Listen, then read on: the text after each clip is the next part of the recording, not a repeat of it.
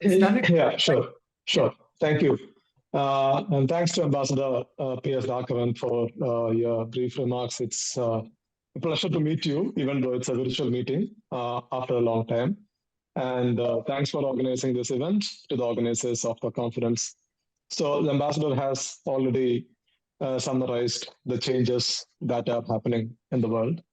So I would like to add a few things about, both the war and the changes in the global order. In a sense, you see the crisis in Ukraine, it didn't start on February 24th, as P S Raghavan sir has already mentioned. Basically, this particular crisis in Ukraine, it started in 2014 with the regime change in Kyiv, and then the Russian annexation of Crimea and the breakout of a civil war in the Donbas region of Ukraine.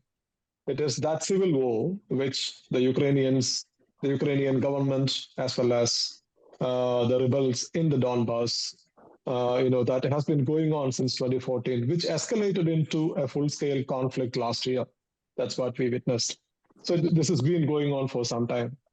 And from how the United States responded to this conflict, if you look at it from a great power perspective, the problem, the challenge the United States facing is that after the disintegration of the Soviet Union, the United States emerged as the world's most powerful country in terms of economic and military might.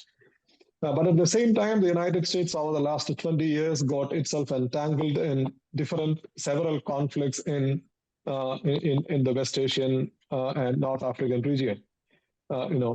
So during this period, when the United States was fighting several battles, several wars in Afghanistan, in Iraq, in Libya, and proxy fighting in Syria, etc., etc., two great powers were rising. Russia, which was in sort of a retreat after the disintegration of the Soviet Union, started making a strong comeback on the global scene under President Vladimir Putin's leadership. And on the other side, China was also rising fast. China is already the world's second largest economy. It has built the world's largest navy. It could surpass the United States as the world's biggest economy, etc., etc. So you see major changes in the global balance, where the United States, whereas the United States, the world's most powerful country, was actually grappling with foreign policy and security challenges in West Asia. But the problem is, I think by the Obama administration's time, the United States had realized that it has to address the China challenge. But the United States and the larger Western world, the transatlantic alliance, failed to address the security questions in Europe, in their backyard. So this is the dilemma they are facing. And with the Ukraine war, I think this crisis has come out, in the open. So now the United States is facing, on the one side, it has a war going on, or NATO alliance. It is facing a war going on in Europe on the one side, and on the other side, China is, seems to be determined to challenge the US-led global order. So how the United States will, so you see United States withdrew from Afghanistan right before the Ukraine war began, and there is a lot of talk about the pivot to Asia. And you see all kind of things like AUKUS is there, Quad is there, and the United States is also building new military bases in the Philippines, rearming Japan, etc., etc. So the pivot is underway in full scale. But on the other side, the United States is also deeply involved in Ukraine. Because the war began on February 24th, the United States has spent billions of dollars of money in terms of military assistance and economic assistance on Ukraine. And we see mostly in Western media about, the possibility of Ukraine winning the conflict, etc., etc. But after more than 13 months of the war, what we saw that, of course, the Russian military advances were very slow. And many people had expected at the time of the war that the Russians would conclude their victory rather quickly. That didn't happen.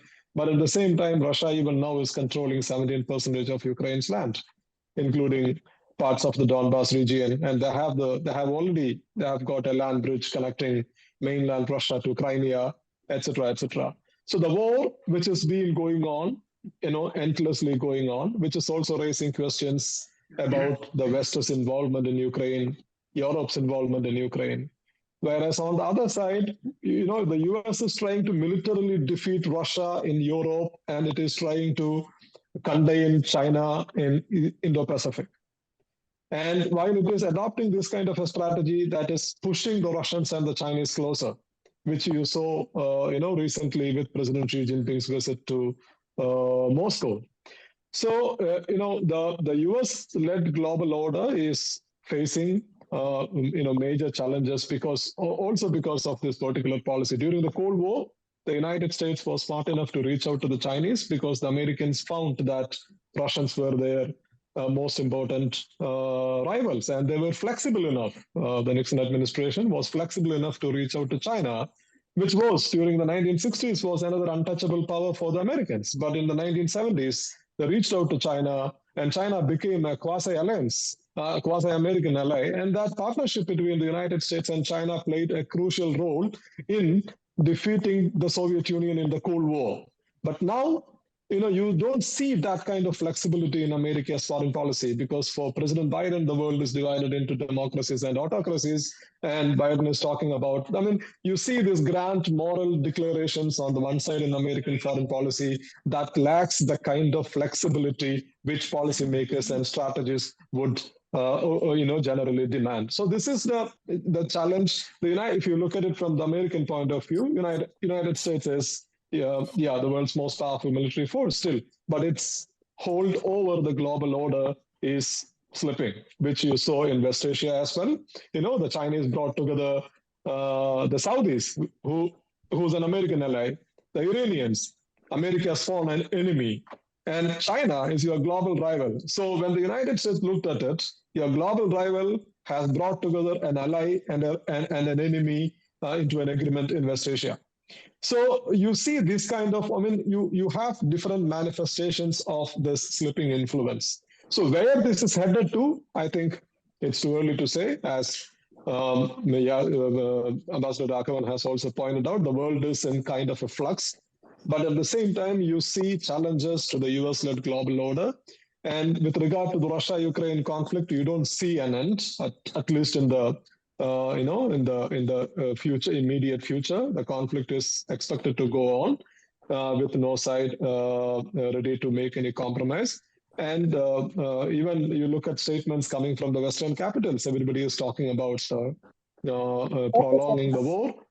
So you don't see an end on the one side. So from a strategic point of view also, it doesn't, you don't see the kind of flexibility that the United States showed during the Cold War that is missing now. And on the other side, the Russians and the Chinese are strengthening their cooperation because China definitely wants to become a much bigger power, a much bigger stakeholder in the emerging global order. So I will also end it here, and then maybe we will continue the discussion in the Q&A session. Thank you very much. Thank you, Stanley.